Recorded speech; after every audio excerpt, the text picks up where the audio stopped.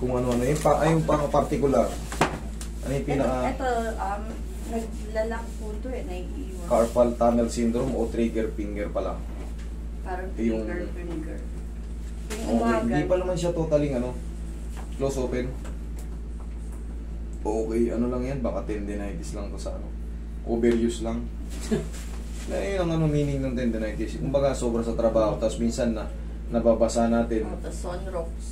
Yan. Yung bang sobra sa trabaho, tapos di natin namamalayan, nakapaghugas tayo ng plato. Yung pakiramdam ng daliri natin, parang ang sakit-sakit niyang close. Tapos minsan, umitigil. Pero yun, madali lang yung pag mga ganun pa. Pero kung nag-i-Spiderman na kayo, talagang, yung Spiderman ganito eh. Hindi na Spiderman ang tawag ko ron. Pag sobra na, ayan na yung carpal tunnel syndrome. Pero kaya rin naman natin yun. Pero yan sa inyo, simple lang ang yan. Haplusin nyo lang na yung gaganin nyo lang sa umaga. Kunyari, gising na kayo sa umaga, nakadilat kayo. Nagmumuni-muni kayo. Sa umaga pa lang, parang pili nyo. Pag-antay na tayo ng pera, aabang. Ganun no? Yan, rub lang ang sagot dyan. Pag mga ganito pa lang, bago-bago pa lang. Patunugin nyo lang yan. Ganyan nyo lang. Very safe naman yung ganito. Yan, yung magandang patunog. Very safe yan. Mas maganda yung magpapatunog kayo ng daliri, padiretso, pahatak. Huwag yung mga paganito, yung papirat. Napipilitan lumagotok yung minsan eh. Kasi nakukompress yung Pag pahatak, mas madali. Kumbaga, mas safe. Yan. Pag papirat kasi yung mga cartilage natin dyan, maaaring masaktan. Pag, tulad sa akin, lumubo yung cartilage ko ng konti rito, tignan mo, pansin mo, tabingi. Pag pinaganon ko yan, siyempre, sasakit. Pero pag pinaganon ko lang, okay lang yan, padiretso.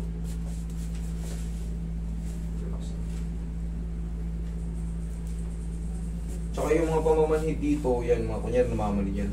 Ang tracing yan sa leeg. Nasa leeg ang kapangyarihan yan. Yan, mga ground sa mga braso. So, balikat. Kasi yung sa nervous system natin, yan, dito ang puno niyan, hindi yan magsisimula yan dyan, hindi yan magsisimula yan. Dyan yan. Yung blood circulation, blood supply dyan. Ito magsisimula. Kaya kung mapapansin nyo, sa leeg ko palagi kinakarat, pinapatunog ko yung leeg.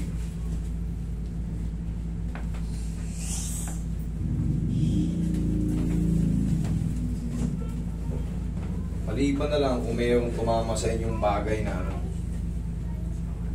tinamaan kayo ng bato o nalaglag kayo, nagkaroon ng mga, sige ma'am, tagilid nga. May tennis elbow. Meron? Sige po ka, saglit. Ito.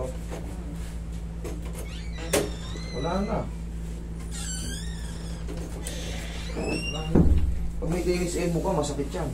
Wala na. Nakarati na kanina. Tagilid. Pag ginagaron ko kasi pang tennis elbow yun. Saka malamang pag may tennis elbow ka, pag pinirat ko yung dito mo, Kahit nga magwalis, ang hirap eh. mamaya magwalis ka. Relax. Samahan mo na ang pagpupulot na para sensya. Mag-change ka na rin doon ng mga mga puno-puno yun, mga sumumura ka na. Kabila.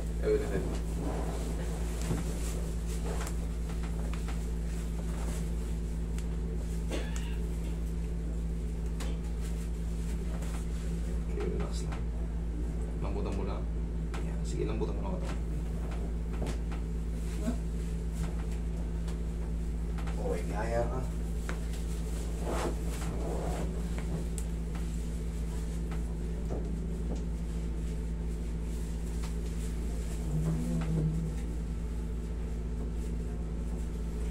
Uy.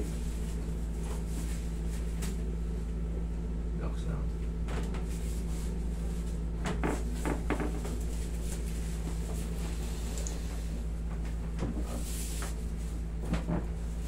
Sa isang maghapon ko yan, nakakailang pasyente ka rin. Ang ini-schedule ko talaga 25 to 30 ko sa whole day ko. Okay. Bihirang-bihira kami nag-aalaw ng walk-in.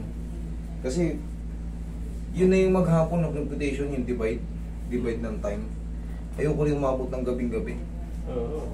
Patang-pata ka na pag gano'n. Uy, bukas, ganito na naman. Tsaka, kung mapapansin nyo, binubok namin kayo.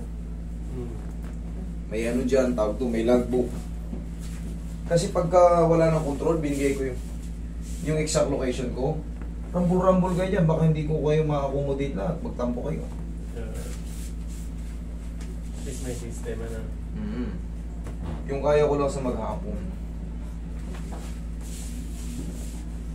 Yung iba, walang sistema eh. Paala lang sila magpila-pila ro hanggang madaling araw. Ayoko nung ganun, yung dun, parang kapal. Aplosan nyo muna ng pau.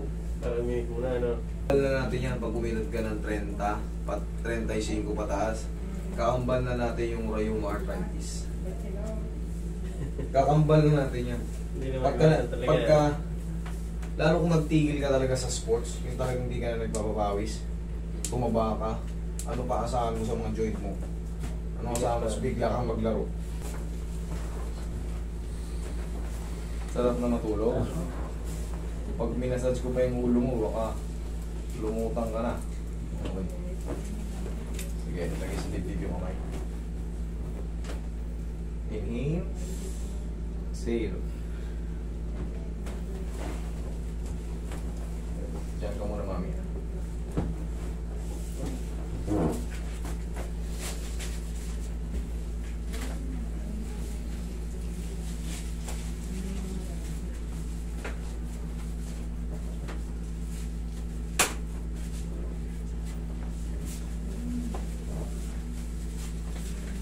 Lagi pala talaga nakaipit ng braso, no? Yeah. Para mag-yung bone, ano na, bone ng sakit, ano? Safe yun yung gano'n, safe yung ganyan. Tumutunog yan pag talagang nakalis. Iangat yan. May sariling direction yan ngayon pagka ano. Upo. Meron pa dyan? Sir, yung paa ko, yung daliri ko, katabi ng mataba. Ito. Oo, hindi siya... Parang naiiwan din siya eh. May iwan. Oo. Ano may iwan? Sige, gano'n ka. Baka walang gasolina, kaya naiwan. Kabila. Diba yung ito? O ito mas malalim yung isa. Oo, yan. Hindi ko. Nakaangat siya. Ito. Balance siya rito. Magkasunuran. Ay, yung gitna ano. Ito ang gitna ang lumulubog talaga ng todo. Palubog niya. Malalaman mo pagka ano, may problem yan pag sumasakit. Sumasakit. Sumasakit siya, yan, may Sa problema. ilalim. Dito. Yan. Pagka ganyan, may problema yan. Pero pag hindi siya sumasakit, ano ang Ayan, problema? masakit. Yan. Dito lang ang manipulation yan. Rayuma. Ang rayuma, kadalasan sa ano, tuhod, sa mga kamay-kamay. May irarap. Gumanda panahon. Okay, mami, upo ka. Kaibigan namin yung doktor na may-ari nun. Ah, doktor? Oo. Diyan sa Dati Fatima. may GM ba Yes, ako? ma'am. Pero ngayon parang hindi naman maandar. Oh, na ano man. Gano'n ka? Natakot lang siya. Sara? Takot lang. Sumasakit hindi. Nagkitik. Ganito yan. Pag mga paping-clicking lang, walang problema. Pero kung nagkikreate siya, o kaya hindi mo maingangan ng maayos, ganyan lang, pag sinagad mo, nangangawa, kaso pagkakaroon na ng sakit or pain or irritation, yun, may mali doon. Pero kung ikaw, kahit baka kainin mo or mga ano, Okay. wala lang, huwag mo munang pabago.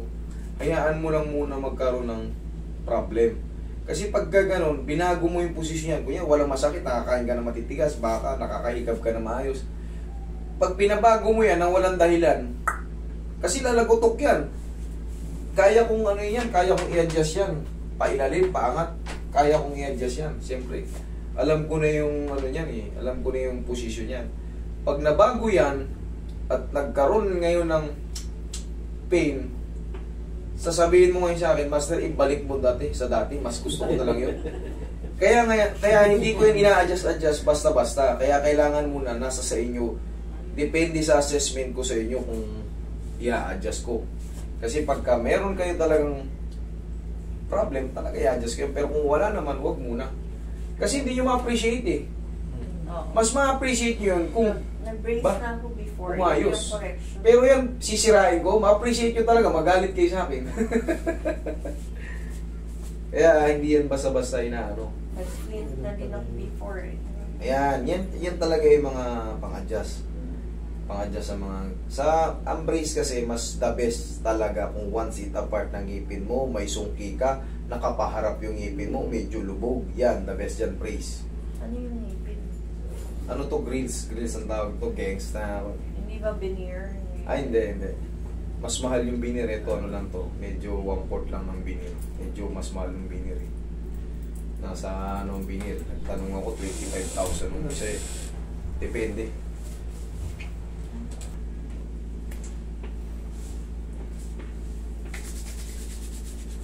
Depende sa dami. Ito, 6 kasi. Yan, tapos ganyan. Ganito, mami. 1, 2, 3. O yan, ganyan lang. Very safe yan. Tapos, yan lang. Para walang kapigil-pigil. O, sige mo. Oo. Di ba ang sarap? Wala na yung... Hindi siya naiiwan. O, di ba? Yun lang. Dapat yung kayang-kaya nyo. Kayang-kaya yung kahit sa loob lang ng bahay nyo.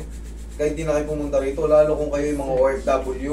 Isa yan sa mga inspirasyon ko para 30. hindi na kayo, no? Kasi OFW rin ako. Walang tutulong sa atin doon sa labas eh.